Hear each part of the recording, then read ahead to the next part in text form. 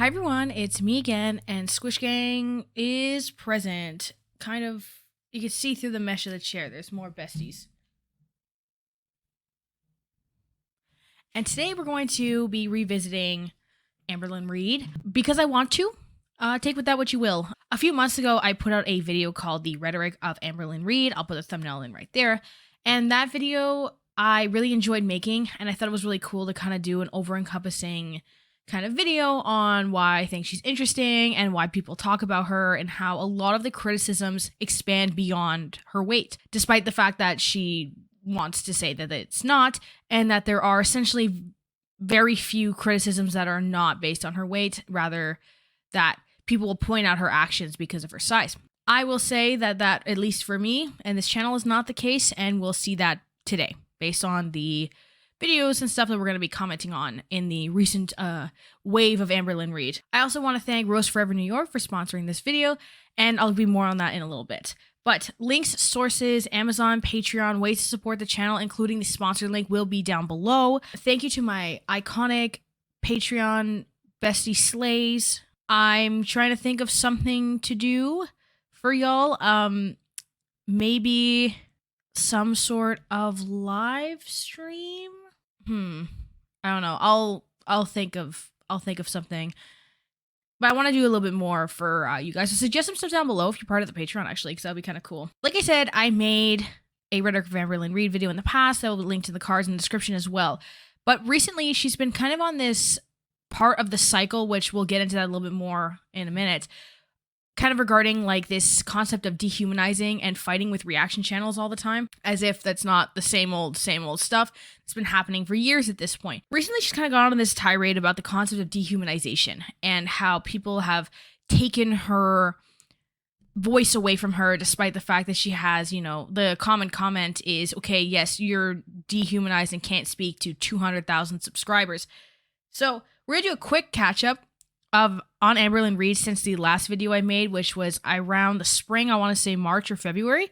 The recent dehumanizing debacle and the fighting with reaction channels that she's been doing recently. And then we're going to visit some rhetoric. So I have here Kenneth Burke's Rhetoric of Motives and the Rulebook of Arguments to discuss.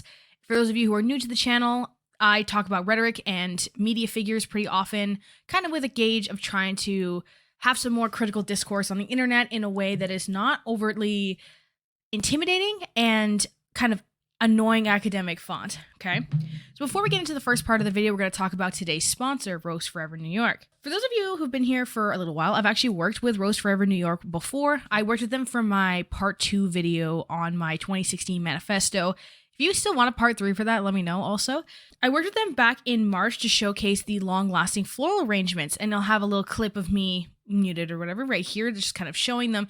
And since that time, it has not only been several months, over 5 months, I've also moved 600 kilometers and have just left my roses open kind of in the sunlight. So this is how they look now. So all you're getting is some minor kind of wilting on the edges. This is after 5 months, by the way. And also, like I said, the move kind of disheveled them a little bit because I had to kind of shove them into the box and take them with me. So they're still holding up very well. They still smell very nice. And these are handmade floral arrangements that come in various different forms of boxes. For October, they're going to be doing their Pink October campaign, where there's going to be various discounts that happen throughout the month, like free shipping or reduced prices on the pink flower arrangements. Mine's obviously blue, but that's just the one that I had picked a few months ago. And with my code Mika25, you can also save $25 on any of the arrangements, but we would encourage you to do the $2 for every pink floral arrangement will be donated to the Breast Cancer Research Foundation. So we strongly encourage you to get a pink one, but regardless, there will be a link to the website down below with my code Mika25, where you can save $25 on any of the arrangements that you desire. And if you want to support a small business and a great cause, that will be possible for you if you so desire. Thank you again for sponsoring the video, and let's get right into the catch-up. So part 1, when you're catching up on Amberlynn Reid, right? My video, The Rhetoric of Amberlynn Reid, came out on February 15th this year, so that's just under 8 months ago, as of like when this will be coming out, right? Just a little over a week from now will be 10 months. So if I scroll back to where we left off 7 months ago, I'll have a clip of that here as well. It's just more of the same, right? Things tend to not change too much with Amberlynn Reid, besides, I guess, the various partners that she kind of immediately moves in with. And the difference is that from where we were last time, I was talking where I said we were in phase 2/phase 3 of the cycle. I'll put that clip in here. Section 3 is called Indignation. Fast food/junk food mukbang. Hair at near peak greasiness. Addressing the haters/comments. Torrid hauls. Weight loss goal finally addressed. She has abandoned them. Haters blamed for weight gain tragedy. Her attitude giving up/disease. I have binge eating disorder. Shopping goes into overdrive. I'm just being honest/completely raw/real with you guys. Continues eating of huge amounts of garbage. And section. We are deep in indignation now. Like, we are super deep into part 3 of the cycle. So part 3 of the cycle is that kind of, I hate all my viewers. I hate all my people who critique me. Everyone's just trying to make me into this like horrific figure. You're fat phobic, you're ableist, all that kind of stuff, where she starts to kind of just throw insults as a means of reflecting from any sort of criticisms that can come her way. So right after I put out my video, there were all of a sudden there were tons of mukbangs, body check clickbait content, manipulation clickbait content, most recently guilt tripping and drama seeking content, particularly with fighting with reaction channels or those that critique Amberlynn in her comments section. Also, for in more recent, I guess kind of just like more specific debacles, recently or about 2 months ago, I want to say, she kind of rolled off a curb and messed up her ankle, and then also got into a fight with Foodie Beauty for calling Foodie Beauty's ex-partner Natter a narcissist, and then apologizing to him through the comments of his live stream, despite the fact that Foodie Beauty has stated many times, amongst other people at this point, that Natter is incredibly horrific and abusive. She had a couple of series, which is just like these exact same videos she always makes with just different names in them, and some of them include weigh-ins and some of them don't, such as 500-pound Gorl, spelled Gorl,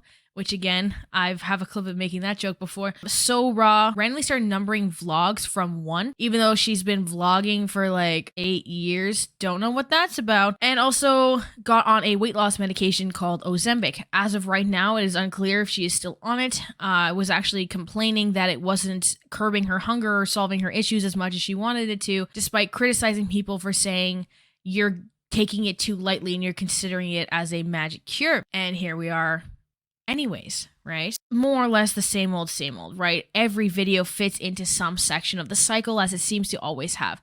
What's interesting is I'm starting to see, for lack of a better term, the foundations crumbling with this constant dance between who's the queen of Gorl world, Amberlynn Reid and Chantel. And for those of you who were wondering, my first video, I talked about the members, the Gorls. I had mentioned Amy's life journey, Chantel, Foodie Beauty, Amberlynn Reid, and the life of Jen, and the Slayton sisters, and Nikocado Avocado can kind of be considered one of them. Life by Jen actually passed away to what people are speculating is complications relating to obesity. That's only a legend, that's speculation on how she passed away, but it's not speculated that she did pass away. So the girl world I'm noticing is seemingly on unstable legs, I guess, or a crumbling foundation. A lot of infighting with the channels that report on these types of things. A lot of them like trashing on each other. You have certain camps. Like some people like somebody named Yaba, but some people like someone named Charlie Gold. But then like a lot of the channels like hate Young Dumb Honey Bun, but some of them seem to be indifferent or like her, some of them. And then there's like Alex Shook kind of just floats around somewhere. I don't really understand what's going on. I think it's just because the content there's only a certain point where it can be the same 10 types of videos or essentially just 10 videos, honestly, just recycled over and over and over again. Same manipulative rants. This is a little bit different because she has shifted the wording a little bit. But at what point does it become negligible, right? And people have just completely lost interest. And you can see by Amberlynn Reid's tanking views, and recently how some reaction channels have overtaken Amberlynn Reid in views. And that's where we're going to get to part 2 of the video, the dehumanizing debacle and the reaction channel fighting. So in 2021, teleport, last year, right? Becky and Amberlynn Reid were engaged, okay? Once they broke up in the summertime, I want to say it was like May or June-ish, Amberlynn Reid moved on so quickly from Becky that the girlfriend was there when Becky still lived in the house. Didn't even move out yet. And Amberlynn Reid likes to allege that there were two different girlfriends. Someone that she had been calling wifey on live stream, who then apparently they broke up before like September to when other wifey showed up. And why I'm saying other wifey is because Amberlynn Reid calls this girl wifey too, despite the fact that they're like probably the same person. And that's why she's stuck to the same name, but then sometimes goes, don't call her wifey, call her my girlfriend, but then she's been calling her wifey in the recent videos, so it's very confusing. And I like keep up almost daily, just like one like reaction channel video or something I'll like watch while I have my coffee in the morning or something. It's not anything like, you know, crazy. I'm not one of these Amberlynn Reid sleuths by any means. Becky in the comment sections of their videos occasionally implies or even refers to the relationship with Amberlynn Reid as abusive, and that there's been like instances of manipulation and malintent from Amberlynn Reid. And when they broke up, Becky was getting prodded by these reaction channels about commenting on what went on with Amberlynn, right? People were begging, like, Becky, spill the tea, girl. We need something, right? They were not talking. Becky was saying, I don't want to comment on Amberlynn. You know, Amberlynn Reid will not comment on me. It's totally fine. We've agreed on this upon breaking up, yada, yada, yada. And then Amberlynn started like throwing in some weird punches, hypothetically, obviously, and anecdotes and videos and stuff. And then Becky started letting go a little bit more, mentioning a couple things here and there, typically in the form of like liking comments on community tab posts and stuff like that. And once in a while mentioning something out loud. So what happened was recently in an Instagram Q&A, Amberlynn Reid essentially said that she didn't check on her cancer soon enough because Becky wasn't pushing her to go. So, which a lot of people put two and two together and are essentially saying that Amberlynn has blamed Becky for the severity of the cancer that she had because Becky didn't force her into the doctors early enough. Obviously, given that Amberlynn Reid is literally 30 years old, that is absolutely a bizarre premise to even have, and a lot of people pushed back.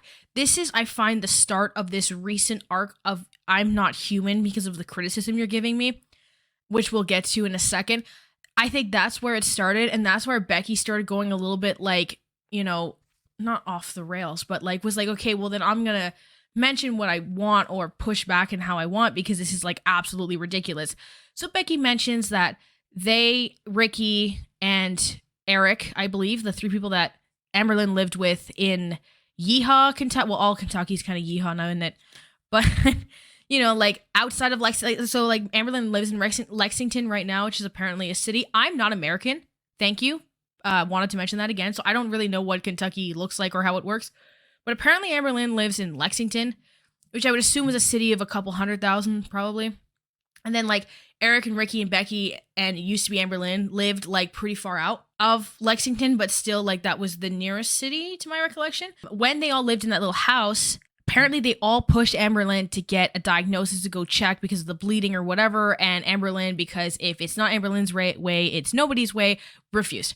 And had twisted it now into this idea that like, well, wifey would have definitely brought me on time and it would not have gotten this bad because my new girlfriend is so much better than Becky. The problem is that when wifey moved in, we're going to assume that the person that was there when Becky was still there is the same person it is now because so many more signs point to that than the contrary that Amberlynn's trying to push for whatever reason. Amberlynn said that this new girlfriend was pushing her to lose weight and was supported her more than anybody has ever supported her. And everyone's going to be wrong for thinking that she moved on too fast because this is the best person to ever come into her life, despite the fact that it's been a year. Amberlynn is still within the same 100 pounds, more or less, that she's been in. She said she was at the highest, she got to the lowest weight since like being with Destiny, which would have been like 2016.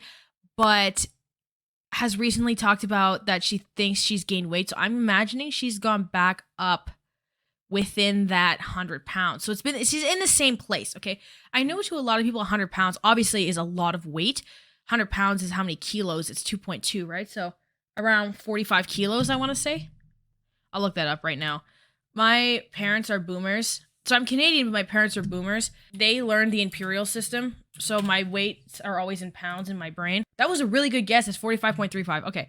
I'm pretty familiar with that type of stuff, but I just always like to check. Amberlynn Reid's been within the same 45 kilos, 100 pounds forever. She's in the same place, essentially, despite the fact that she used wifey as a avenue to trash Becky as this person who neglected her almost in a way. Despite the fact that Amberlynn likes to also claim independence and always say, well, I got myself to this place. So again, this is where you're starting to get these like hypocrisies and contradictions that we're going to see further in the rhetoric section. In the first episode of this, what's called, she had a very brief series. By brief, I mean like probably literally 3 videos called So Raw, where she talks about the proposal story between her and Becky. Essentially that it was really embarrassing and she didn't want to talk about it because she was like, it was not at all what she had wanted, despite the fact that she said when they were engaged and she didn't talk about it because it was something private for them. Definitely a disconnect, especially when she walked out of the bedroom with something in her hand and it was like this clear box and it was small and I could tell something was in it, and she just sat down across from me and handed it to me and I looked at it. You guys, this is embarrassing, but it's like an actual true situation type deal. It was a tiny pink vibrator with a engagement ring wrapped around it. Like it was like, say this is the vibrator, it was like on it like that. And she looked at me and said, will you have sex with me for the rest of my life? And I said yes. We hadn't had sex. We had sex one time in the last like 3 years. So it was a definite, I don't know, it was very like disconnected. I don't know, but that's how I was proposed to. I know a lot of people have been asking about that. I thought I shared it before. I thought we actually both shared it before in like a past live stream, but maybe not. And it was something about like a little like vibrator and a ring on it, and it was like, can you be the person I have sex with forever, despite the fact that Amberlynn claims they only had sex like once in the entire relationship. Again, super strange. But the way that she talked about it, I'll put in a clip obviously, was very like just dissing Becky and almost like this, like, how dare this like childish person even attempt to do this to me. So the story has been hidden until now, until seemingly out of nowhere. Amberlynn would even talk about when they were together, how she didn't want to bring it out. I'm engaged, so that is an actual situation. I am shook to the core. It was so special and it was totally Becky the way she asked me. We're keeping that private for now. There are a few people who know, you know, close people, but oh my god, I love her so much. And I will say though, she was supposed to ask me last year. She had it all planned. Not supposed to, like, that's what she wanted to do.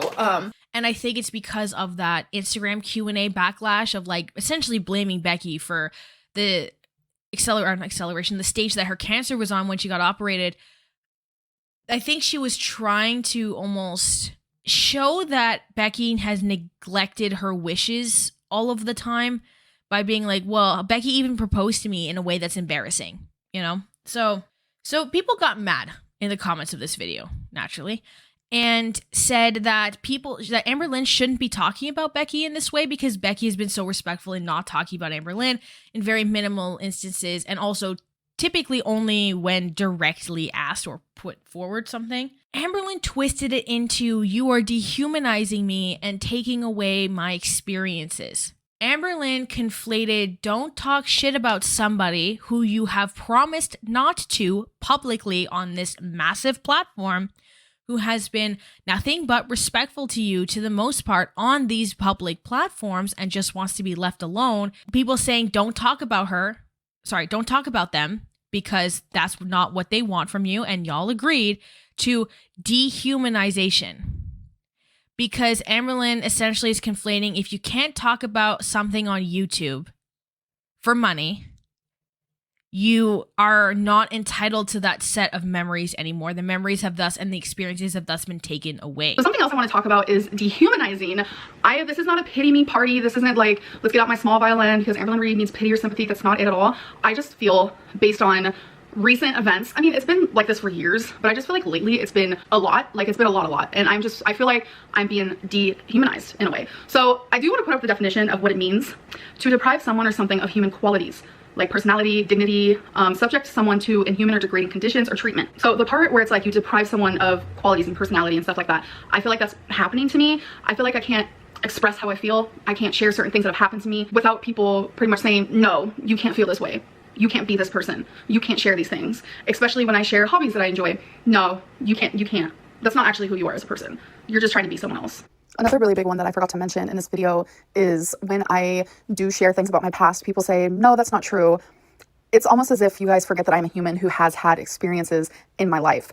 Almost as if the trauma I've been through or the amazing things I've been through or any heartbreaking stories that I have shared, people try to take those away from me, almost as if I am not a real person with experiences, and that's hard. What really makes me feel dehumanized is when my first episode is so raw, where I said, you know, I could talk about news or I could share advice that you guys might need from me. And the common response to that was, we don't want to hear you talk about the news because we don't care what you have to say about it. We don't want to hear you give advice because why, like, really? Amberlynn giving advice? It makes me feel like I'm just not human. I have advice, you guys. I'm not completely unintelligent. I do have some common sense, and I am a human who lives in the United States, so I do have opinion on politics or things happening in the news, and it doesn't even have to be my opinion all the time. It could just be me sharing things that are happening that maybe you guys don't know about. I don't know, and I just feel like, in a way, people forget that I am human. That would imply that these people who talk about Amberlynn for clout, who have memories of watching those videos, Amberlynn claiming that they're not allowed to use her content, she is thus dehumanizing as well, right? Like if you're interacting with her content and you're reflecting on things and you're remembering stuff about her being Amberlynn in this case, and putting them out there and working with it and having those experiences of interacting with her content, if Amberlynn says that must be taken away, is that not dehumanizing in a similar light? And what I'm saying is that what Amberlynn's saying isn't dehumanizing. Like what she's referring to dehumanization is not. And it's really giving Gabby Hanna's, when Gabby Hanna called herself colored, this idea of, I love the definitions of words. Interesting to say that there's a reason why words have multiple definitions. Degree in English, right there. Words have multiple definitions for a reason because of context. God forbid, Amberlynn starts to try to learn French and realizes how many context cues are required to use certain words. Because if we look up right now, live on camera, the dehumanization, right? The process of depriving a person or group of positive human qualities, denial of full humanness in others, and the cruelty and suffering that accompanies it. A practical definition refers to it as viewing the treatment of other persons as though they lack the mental capacities that are commonly attributed to human beings. They did not say Amberlynn doesn't have the capacity to think or reflect on these instances. What would be dehumanizing was if they said that didn't happen, like anything revolving Becky didn't happen. Becky's a fake person, and all of your conversations are false, despite all of these interactions are false, despite many of them being on camera, right? Or you could not possibly comprehend that you were in a relationship with this person. Like, there's so many aspects of certain attributes, right? So if you do purposes, dehumanization is one technique in incitement to genocide. It has also been used to justify war, judicial and extrajudicial killings, slavery, confiscation of property, denial of suffrage, and other rights to attack enemies or political opponents. You notice how there's multiple definitions? Dehumanization is not, don't be mean to this person you promise not to be mean to. If this is not, so here's the 6 major causes of dehumanization. This is for medical settings. Empathy reduction and moral disengagement would be the only ones that like apply in different instances.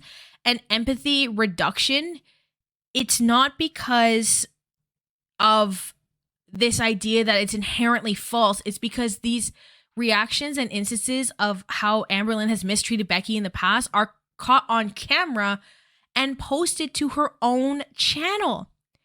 Amberlynn is essentially saying, how dare you think I'm mean to Becky when I provided you hundreds of hours of content of me being mean to Becky? It's so strange. There are 2 kinds of dehumanization, okay? Animalistic dehumanization entails viewing ourselves or others as being incapable of higher level processes like self-control, so higher level processes, Like, I'm trying to figure out what she's considering a higher level process, right? Dehumanize because I'm not allowed to talk shit on somebody who has repeatedly asked me not to, because it's morally incorrect. This is bringing up a whole other topic for me, which is Vlogmas. And I know there's channels out there who react to every single video I put out. Well, I've done a little research. I've done a little talky with the highest level that I can, which probably isn't much, from the YouTube. I mean, obviously I can't talk to the owner of YouTube, but reaction channels cannot be about one singular person, especially every single one of their videos. Reaction channels are supposed to be transformative. When you're reacting to me taking off my makeup, or reacting to me showing you that I got a new mirror, or reacting to me simply just putting my hair in a ponytail, that's not transformative reactions. That's nothing. You're not being transformative. You are using my content to walk yourself to the bank. You are relying on Amberlynn Reid. I've been snooping. I've been watching some reaction channels because I need to know which ones to come for. No, I need to know which ones that I'm talking about. Like, if I'm talking to YouTube, I need to have my knowledge. I moved you guys. I can't just be saying, no, there's reaction channels. No, I need to do my research. I need to come with names. If I plan on doing Vlogmas, which is every day uploading, I don't want people taking my content or stealing my content. It's not happening. Especially because the thing is, too, Amberlynn can talk about whoever she wants, but she can't claim that everyone has to like it despite criticizing her for it, and be able to just do what she wants, but then also be able to criticize other people openly all of the time, right? I criticize people. So let's say, like, we're talking about Sneeko, right?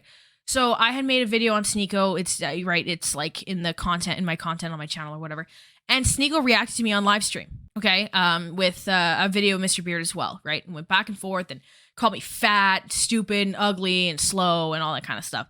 I am not going to tell Sneeko that he didn't have a right to react to the content that I made on him, because it's, if I could dish it out, I have to take it too, right? Becky is allowed to respond with, I don't want you to talk about me, and people are allowed to support Becky and say that they shouldn't be talked about because of the promises made, because of the respect that they give Amberlynn, and this like mutual. It's dehumanizing to go, Becky shouldn't talk about me because Becky doesn't have this self-control, and I could talk about whoever I want. In reality, I find this is a lot more of a dehumanizing Becky further, because it's happened tons of times at this point, process than vice versa. Because the other kind, which is mechanistic dehumanization, is how we think robots and other things don't have emotions. So you can just talk about Becky however you want on an online platform. People talk about you and you say you want to ban them off the platform. Sounds like someone's being dehumanized a little more than another, and it's not Amberlynn Reid. That's my rant. That was a lot. That was a lot more than I thought it was going to be. I believe that Amberlynn Reid is purposely making false equivalencies for the sake of being able to complain about criticism while not defining it as criticism, because of how historically poorly Amberlynn has been involved in criticism or responded to it.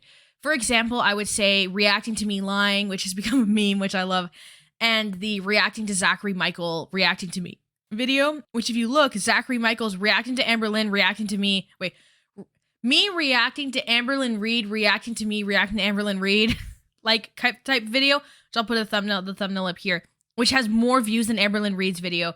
You can see that there's a historic kind of push against Amberlynn Reid addressing criticism given how poorly it's been done. That's why you have the infamous Shrimpgate video. The Shrimpgate video, for those of you who don't know, want to catch up to speed really quick, was essentially Amberlynn Reid doing a mukbang of an entire shrimp ring. Doesn't eat it all, okay? So Amberlynn Reid can't try to pick this apart.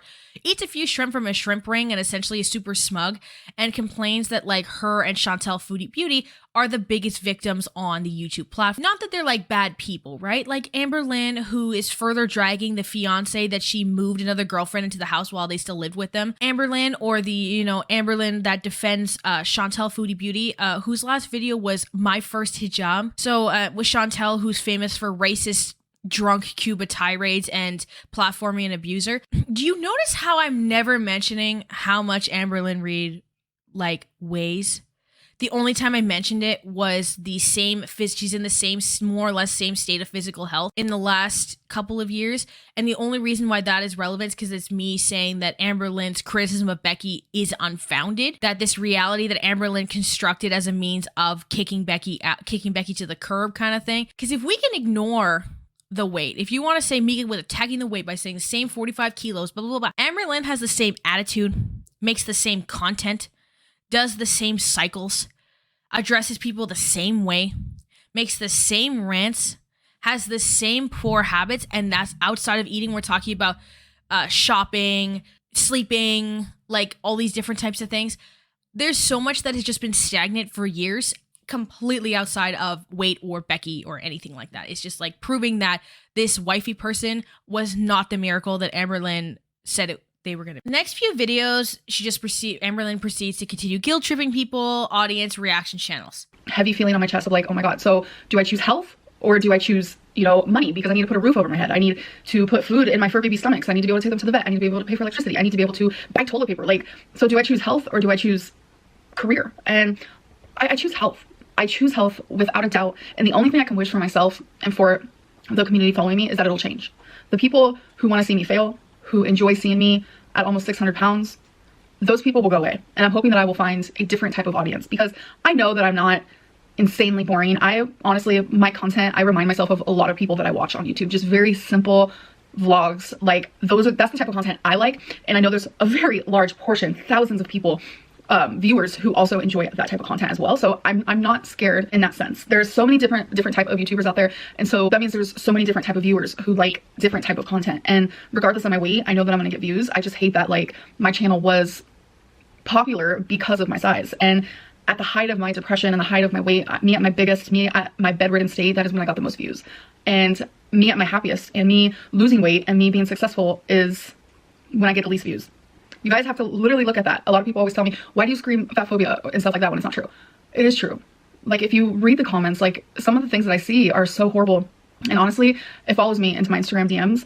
It follows me everywhere. Like I have my Facebook set to private and still people can message me on there. It follows me there into my personal life. It literally follows me everywhere. It's like, even if you just Google Amberlynn Reid like fan art, or if you like look it up on Instagram, it's all very, very disgusting. I will say, hi, you're talented, but it's all very, very vile, fat phobic stuff. And it's pretty sad. The only thing I can hope for during this time where I choose my health is that the community will change. I thoroughly believe that what made this community as strong and hateful as it is the reaction channels. And some of you can disagree with me, which is totally fine. I get that. The community around the reaction channels is very, very negative, and I didn't create that at all. So I'm ready to create my own community that isn't surrounded by. The thing is, Amberlynn always has to take the victim position, right? Instead of understanding that there can be mutual respect between two parties, or that there's this ability to meet in the middle. If it's not Amberlynn's way to be able to talk about whatever she wants without any pushback, that is dehumanization. Again, what does that mean for Becky? And what does that mean in this entire kind of cycle? If you do an action that people repeatedly criticize, you will get criticism. Further criticism, it builds up. That's it. It's not that you can. The fact that they're giving you anybody's giving you criticism, that is implying that you have enough humanistic traits to be able to understand them. Do you not understand that the process and taking of criticism is in fact a humanistic process? But given the last month or few months of cycles and manipulation, the reaction channels that I mentioned had started getting more views than Amberlynn Reid, or matching more or less Amberlynn Reid's views. So if we go to, let's say Zachary Michael, right? Or let's do Alex's Shook first, because that's what I recommended first. Alex's Shook on a live stream from 21 hours ago has 24,000 views. Amberlynn Reid is afraid to weigh in reaction, 24,000 views. So really consistently hitting 24,000 views. Okay, if we go to Zachary Michael's channel, transformative reaction to Amberlynn Reid, 66,000 views. Leaving my chair to make original content, 50,000 views. Amberlynn's coming for me, 98,000 views. Amberlynn quits another series, 69,000 views. Foodie Beauty fashion model, 46K. And I will not be silent, 52. So that's the first 6 videos that show up. Let's do Amberlynn Reid's views in contrast to that. Thumbnail of Amberlynn shoving a sandwich in her mouth, same old stuff. And again, it's not to do with the weight in this circumstance. It's just literally like it's a very staged like shock value thumbnail. Like again, it's not because of the weight. It's just like the shoving the food in them. It's like a soy face, for like the people talk about the Try Guys soy face thing, which Try Guys video in the pipeline. Don't worry. Cooking pasta, putting away groceries, 30K views. Gaining weight, CT scan, 55,000 views. Foodie Beauty reaction channels, 52,000 views. Vlogs are back, apologizing. So Raw's canceled, 54,000 views. Risk of thyroid cancer, which that used to just be called thyroid cancer. She added risk of after backlash and then didn't mention it. 52,000 views. And I'm done being silent. Drama, lies, tea, mess. So Raw episode 3, 63,000 views. So do you see that if you're going back to Zachary Michael's lowest view was 50,000.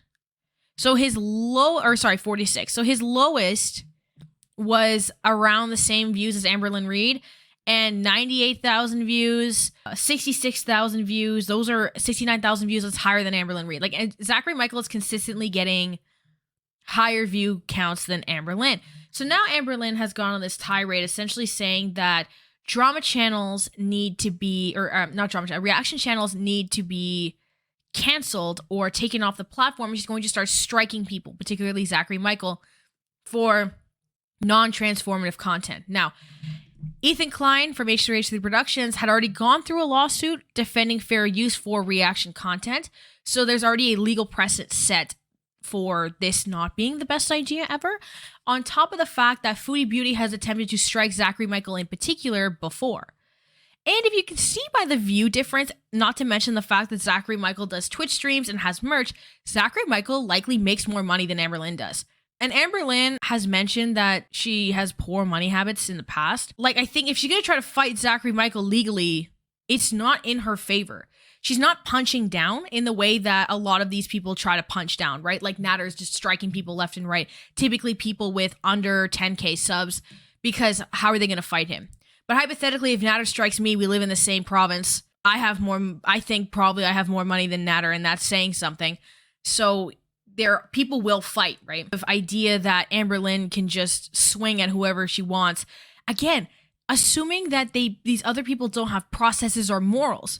Borderline dehumanizing traits. But you see how easy it is to turn it around on her because of how many hypocrisies exist? And I'm not even doing like the Yum Dum Honey Bun thing where I've got like 50 receipts. This is just like basic premises if you follow any of the content that she makes. So if we go into the rhetoric part, okay, this is part 3. The issue of it comes from a weak premise is it means that it doesn't follow the means or the conclusion, right? That these things, there's a huge disconnect, right? It's like, I'm going to drink this water. I'm going to drink this water to do my taxes. That's like a blatant disconnect, right? Like a logically inconsistent argument. I will drink this water to rehydrate myself so my taxes will be done. There's a disconnect between your means and your ends, essentially, right? It feels like the conclusion has been jumped to. Now, if we do the rule book of arguments, which this is like the most similar. This is the most simple book I would recommend for just starting in argumentation processes or rhetoric. If you want to make content, any of that kind of stuff, right? It'll be linked down below in an Amazon list that is not affiliated. I don't make money from them. I am literally just recommending this to y'all because I like the book. So it talks about an argument, right? Where it says, no matter how well you argue from premises to conclusion, if your conclusion will be weak if your premises are weak. Okay, it's what I was just talking about. Nobody in the world today is truly happy. Therefore, it seems that human beings are just not made for happiness. Why should we expect that we can ever find happiness? That's the argument. The premise of this argument is the statement that nobody in the world is truly happy. Sometimes on certain rainy afternoons or in certain moods, this may almost seem true. But ask yourself if the premise is truly plausible. Is criticism to claims that harm someone realistically dehumanizing? No, right? Therefore, you are not being dehumanized. You see how this premise does not have believability? The argument cannot show then that human beings are not meant for happiness or that you or I should not expect to be happy. Sometimes it is easy to start with a reliable premise.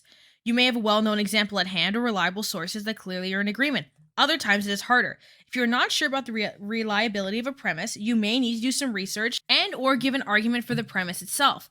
See Rule 31. If you cannot argue adequately for your premise, of course, you must try another premise. So that is why Amberlynn shifted from this standard, like the criticism is not valid in any point because it's all just my weight, to trying to shift the premise to dehumanization because this conflict had nothing to do with Amberlynn's weight. And if you wanted to argue anything weight related, Amberlynn and Becky are both in, overweight class anyway. So it's not that like Becky's like, and I'm saying that in the sense of, but not that Becky's this like super thin model type being like, Amberlynn can't be smart because of weight or anything like that. Because that's the type of games that Amberlynn tries to play. It sounds so bizarre coming out of my mouth, but when you're deep in the holes of this content, these types of things come up pretty frequently. But Amberlynn tried to do research by pulling up a one-line definition of dehumanization on Google. And you can see by what I did, I pulled out way more of them and went much deeper, and that deconstructed the argument immediately. Now, if we finally end with just a little bit of Kenneth Burke's Rhetoric of Motives, this aspect of identification, whereby one can protect an interest merely by using terms not incisive enough to criticize it properly, often brings rhetoric to the edge of cunning. A misanthropic politician who has dealt in mankind-loving imagery could not still think of himself as rhetorically honest, if he meant to do well by his constituents, yet thought that he could not get their votes on such a display. Whatever the falsity in overplaying the role, there may be an honesty in the assuming of the role itself, and the overplaying may not be in a translation to a different medium of communication, a way of amplifying a statement so that it carries better to a large or distant audience. Hence, the persuasiveness of identification of rhetoric, in being so directly designed for use, involved us in a special problem of consciousness, and exemplifying the rhetorician's particular use of purpose of a given statement. I know that was rough to read. That was a lot of big words. But it's essentially saying that if we're talking about the term criticism, Amberlynn cannot reliably use the term criticism anymore based on the fact that the contrast and the difficulty of her dealing with it in the past, how it blows up in her face and actually gives drama channels more views. So instead, she has shifted to dehumanizing, taking the form of another consciousness for another use. So this is essentially saying how powerful rhetoric is when you're discarding it as a means of truth instead of just a power of use, which is why rhetoric is sometimes considered quite manipulative. Because people who use it poorly, or people who don't have the actual grounds to stand on for a strong logical premise, will fall to other aspects of rhetoric, such as identification, to be able to form an argument to an audience. So that's been pretty interesting, that Amberlynn has shifted to this identification with the term dehumanizing by trying to research by using one line on Google to make that claim, despite the fact that what she's actually talking about is a deflection to criticism, clearly, right? So in conclusion, it's the same old stuff. Books will be linked down below in an Amazon wishlist. There will also be an Amazon wishlist if you want to support the channel. There's also a Patreon. Thank you for Rose Forever New York for sponsoring the video. Very nice. Love that for us. Link down below to save $25. And I urge you to try to pick up a pink bouquet if you want for the Pink October campaign. Suggest content down below. I have an email in the description as well to suggest content. Like I said, Try Guys video. I have another cute little surprise video I'm going to start doing in a couple weeks. It's going to be really fun. Anything else you want down below, let me know. And you guys have a good one. Bye. Why won't my roommates listen to Playboy Cardi with me? If I want to die lit, I'm gonna die lit. And I don't need these ass clumps fucking up my vibe. Cardi for life, bitch.